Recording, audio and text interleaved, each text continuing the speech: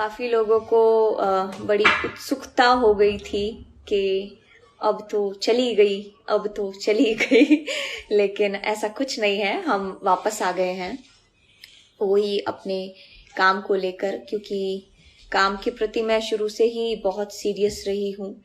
और मुझे पता है कि मेरे काम से कितने लोगों की रोजी रोटी चलती है, तो मैं इतनी जल्दी नहीं छोड़ के जा सकती। और हमेशा जब तक मैंने वादा किया हुआ है, प्रॉमिस किया हुआ है कि जब तक मुझे मेरी ऑडियंस देखती रहेगी मैं दिखती रहूँगी, और जब ऑडियंस देखना छोड़ देगी तो मैं भी दिखना छोड़ दूँगी। तो सबसे पहले तो यही खुशखबरी आपको देनी थी कि हम वापस आ गए हैं, शोज़ हमने स्टार्ट कर दिए हैं और मैं बिल्कुल हेल्दी हूँ, एक्टिव हूँ वापस से अपने काम को लेकर। और दूसरी बात कि अभी हम किसी के साथ एसोसिएट नहीं है। मैं I am exclusively managed by dream entertainment, जिसकी डिटेल आपको हमारे इंस्टा पर मिल जाएगी, क्योंकि काफ़ी लोगों को गुमराह किया जाता है कि भाई हम मैनेज कर रहे हैं, हम शोज़ ले रहे हैं। और काफ़ी लोगों की मेरे पास शिकायत भी आई है कि पैसे ले लिए जाते हैं लेकिन मिलाया नहीं जाता है, ये नहीं किया जाता है, वो नहीं किया जाता है। तो मैं नहीं चाहती हूँ कि कोई भी किसी भी बंदे को या किसी भी इवेंट मैनेजर को मेरी तरफ से या मेरी वजह से प्रॉब्लम फेस करनी पड़े।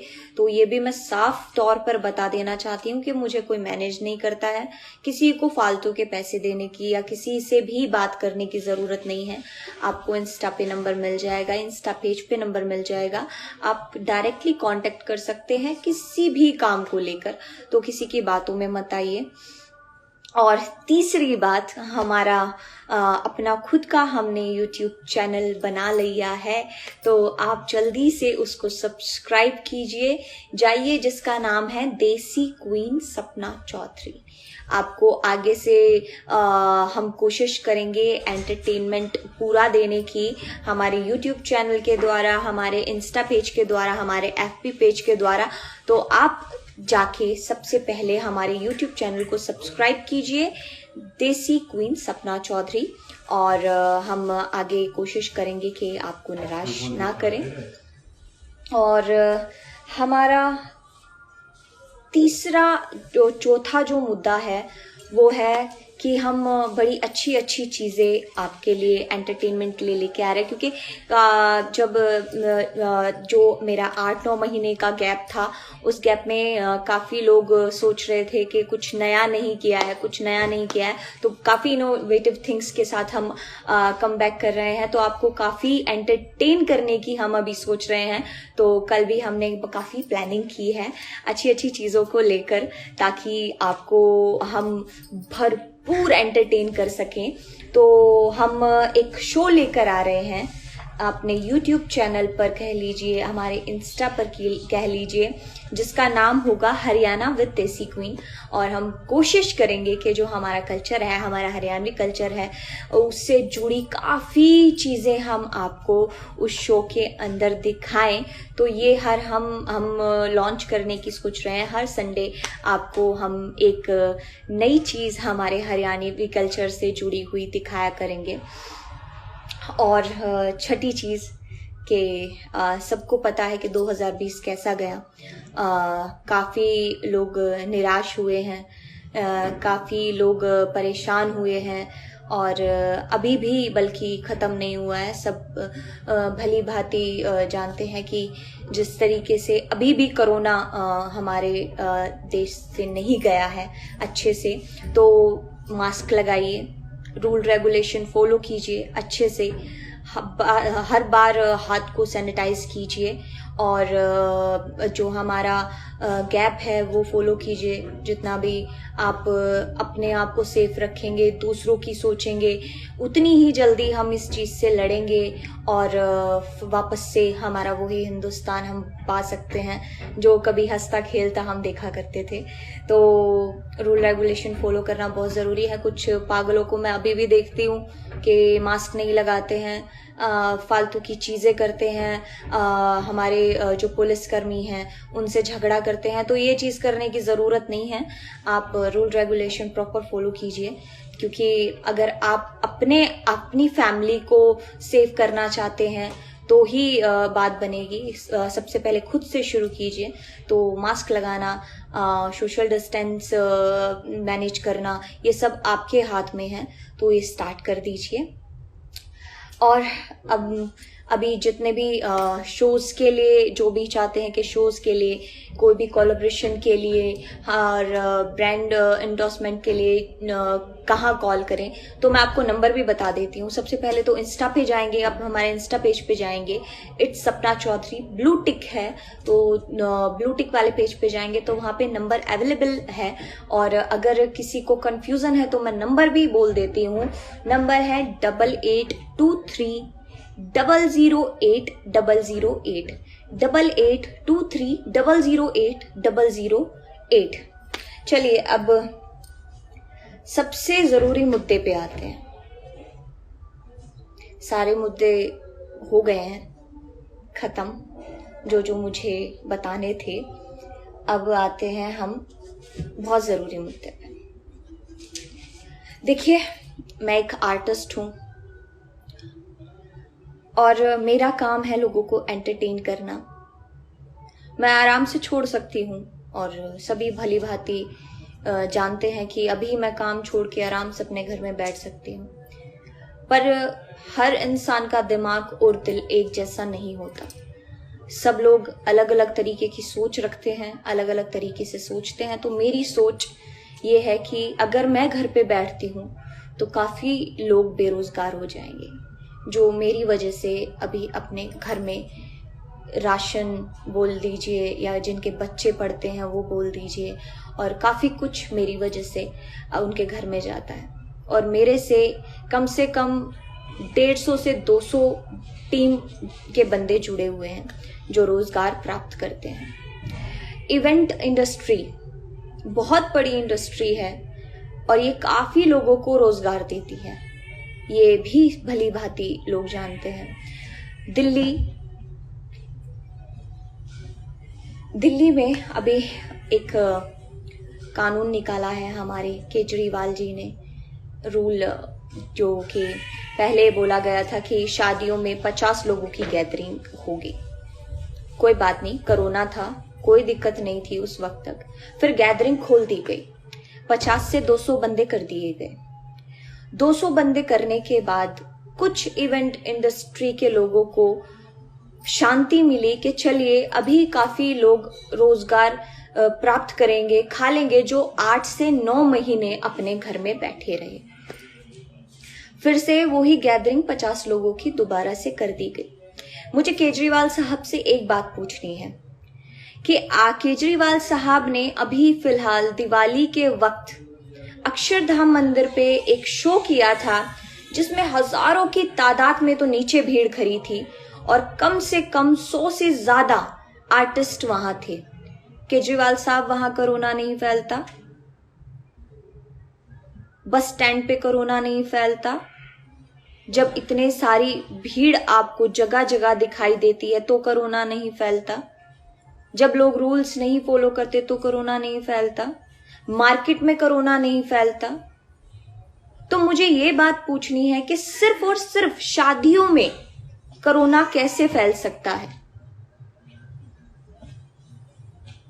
आप लोगों को शायद एहसास भी नहीं होगा कि एक शादी कितने लोगों को रोजगार देती है। कितने आर्टिस्ट अभी फिलहाल सुसाइड करने की तादाद पे खड़े हैं। क्यों? क्योंकि रोजगार नहीं है। 8 महीने हम बैठ गए घर पे, हमारी हम बता भी नहीं सकते। गरीबों को राशन मिल जाता है, चलिए आप बहुत अच्छा काम कर रहे हैं, हमें उस चीज से हम उस चीज की सराहना करते हैं कि गरीबों को राशन मिल रहा है, अमीरों को तो कोई फर्क ही नहीं पड़ता। लेकिन हम जैसे मिडिल क्लास वाले कहाँ जाएंगे? क्या कोई बता सकता है इस बात को? हम जैसे मिडिल क्लास फैमिली वाले बंदे, जिनको सिर्फ कमाने के लिए इवेंट इंडस्ट्री देती है, 2 महीने हमारे पास होते हैं कमाने के लिए, वो बंदे कहाँ जाएंगे? लाइटमैन, घोड़ी वाले, टेंट वाले, सिंगर, म्यूजिशियन, जिनको पर डे का सिर्फ 800-900 रुपए मिलता है, वो कहाँ जाएंगे? महीने में जिनको सिर्फ 4 शादियों से 5 से 6 हजार रुपए कमाने को मिलते हैं, वो कहाँ जाएंगे? क्या करेगा वो बंदा, क्या करेगा? कोई दे सकता है इस बात का जवाब? 200 की गैदरिंग में तो हर बंदा हम जैसा कमा सकता है, लेकिन 50 की गैदरिंग में कौन कमाएगा सर? क्या आप बता सकते हैं? आप उन बंदों के घर में जाके देख सकते हैं इस वक्त फिलहाल सिचुएशन क्या है? हम सिर्फ रो नहीं सकते, कमी ये रह गई है, सिर्फ हम रो नहीं सकते, लेकिन बाकी नहीं है, बाकी नहीं रहा है कुछ भी। अगर आपको प्रॉब्लम है, मानते हैं कि कोरोना है, सबको अपना ख्याल भी रखना है और आप अच्छा काम भी कर रहे हैं, लेकिन सिर्फ और सिर्फ शादियों में कोरोना फैल रहा है, ये आपका मानना है? आप कम से कम हमें जवाब तो दीजिए, क्योंकि इवेंट इंडस्ट्री सिर्फ और सिर्फ 3 महीने कमाती है और इतने घर चलते हैं जो सालों तक सिर्फ 3 महीने कमाकर सालों तक अपने बच्चे पालते हैं। वो कहां जाएंगे? कम से कम आप हमें इस बात का तो जवाब दीजिए। इवेंट मैनेजर कहां जाएंगे सर? छोटे छोटे आर्टिस्ट हम कर लेंगे, हम सफर कर लेंगे, हम जैसे आर्टिस्ट सफर कर लेंगे। जो छोटे छोटे आर्टिस्ट हैं वो कहां जाएंगे सर? वो कहां सफर करेंगे? क्या आप हमें बता सकते हैं? कैटरिंग वाले कहां सफर करेंगे सर? आप बता सकते हैं?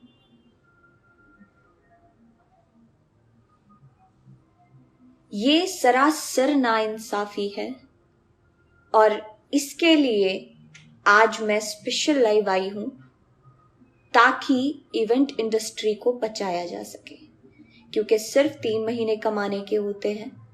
और हम ये नहीं कहते कि हमें शोज खोल दीजिए, ये कर दीजिए, गैदरिंग खोल दीजिए, नहीं, सिर्फ हम जवाब लेने आए हैं और जवाब यही चाहिए कि कोरोना सिर्फ शादी में फैल रहा है, ये केजरीवाल सर का मानना है, तो हमें हाँ कीजिए, हम बैक कर जाएंगे।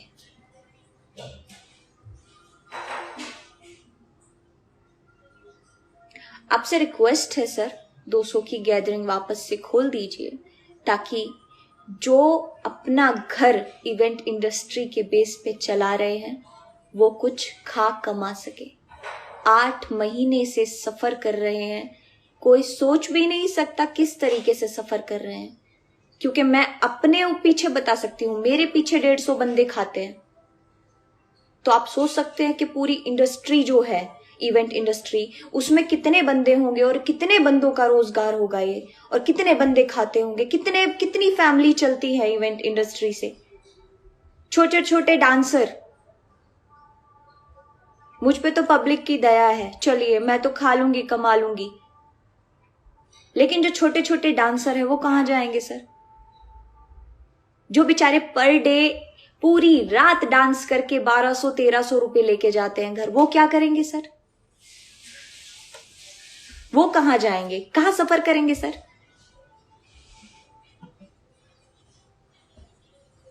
अगर कोरोना फैलेगा तो सारी जगह फैलेगा, वरना शादी में भी नहीं फैलेगा।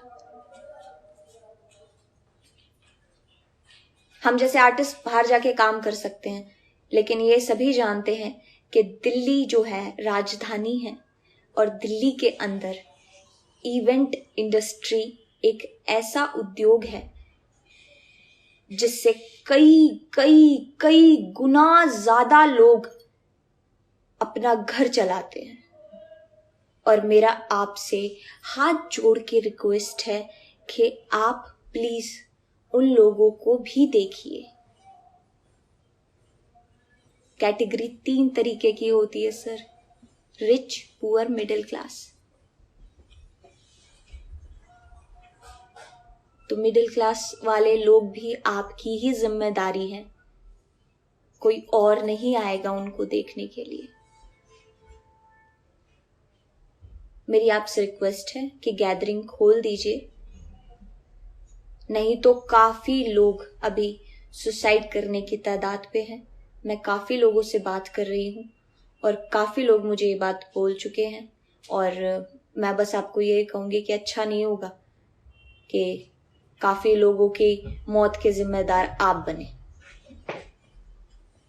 आपसे हाथ जोड़कर रिक्वेस्ट है। और मेरी इवेंट इंडस्ट्री के जितने भी लोग हैं, चाहे वो कैटरिंग वाला हो, टेंट वाला हो, और क्या कहते हैं घोड़ी वाला हो, बैंड वाला हो, छोटे छोटे डांसर, हमारे जितने भी आर्टिस्ट हैं, हमारे सिंगर हैं, इवेंट मैनेजमेंट कंपनी के ऑनर हैं, सबसे मेरी रिक्वेस्ट है कि इस आगे आइए। कम से कम आप लोगों का फर्ज बनता है इस टॉपिक पे बोलना, इस मुद्दे पे बोलना। आप नहीं बोलेंगे तो बोलेगा कौन? कोई खाने को नहीं देगा ऐसे। ये बात सच है कि कोरोना से मरे ना मरे, भूखे जरूर मर जाएंगे, बहुत लोग मर जाएंगे।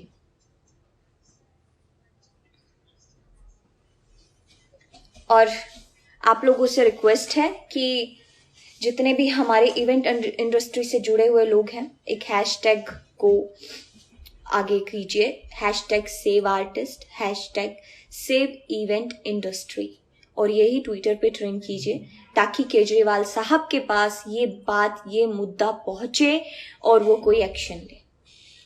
अगर वो एक्शन नहीं लेंगे तो फिर हम मजबूर हो जाएंगे इवेंट इंडस्ट्री वाले कि हम यहाँ से एक्शन लें, और हम ये चाहते नहीं कि शांति भंग हो।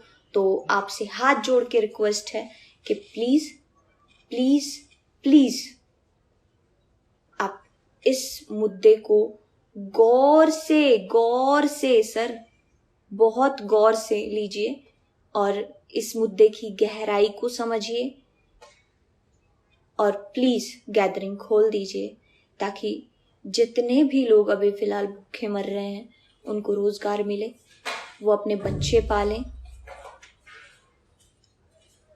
नहीं तो अभी फिर हम भी कुछ नहीं कर पाएंगे। और फिर से थैंक यू आप सभी का जिन्होंने मुझे बेस्ट विशेस दी, और काफ़ी खुश हैं और कोशिश में लगे हुए हैं कि जो भी 2020 में लोगों ने सफ़र किया है वो 2021 ना करे। और नए साल की मेरी तरफ से आपको एक महीने पहले से ढेर सारी शुभकामनाएं। 2021 2020 की तरह बिल्कुल भी ना जाए, और बहुत बहुत बहुत बहुत बहुत खुशनुमा रहे आप सभी का 2021। आप खूब तरक्की करो, खूब खुश रहो।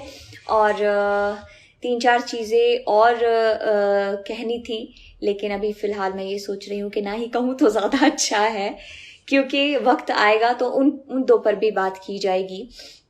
और कोरोना से बच के रहिए, सभी बच के रहिए, रूल रेगुलेशन फॉलो कीजिए अच्छे से, जो नहीं करता उनको भी समझाइए। और प्लीज़ कहा करते हैं कि हर मुद्दा बहुत गहराई का होता है, बस समझने वाले के पास दिल और दिमाग दोनों चाहिए होता है। तो हमारी पब्लिक बहुत समझदार है और उनको पता है कि ये मुद्दा कितना गहराई का है। और मैं बस यही चाहूँगी कि गैदरिंग वापस से खोल दी जाए। 200 हमारे लिए बहुत है, 200 बंदे वापस से शादियों के अंदर अलाउड कर दिए जाएं ताकि बैंक्वेट वाले भी कमा सकें, हमारी इंडस्ट्री कमा सके, हमारे जो छोटे छोटे वर्कर हैं वो कमा सके, अपना घर चला सकें। और खाना कमाना बहुत ज़रूरी है सफ़र करने के लिए। तो सफ़र करने के लिए मैं दोबारा से आप लोगों से रिक्वेस्ट करूंगी कि ट्विटर पे ट्रेंड कीजिए hashtag save artist, hashtag save event industry. और मेरी जितनी भी इंडस्ट्री है, जितने भी उससे जुड़े हुए लोग हैं, उनसे भी रिक्वेस्ट है कि आगे आइए, आगे बढ़िए, इस मुद्दे पे बोलिए।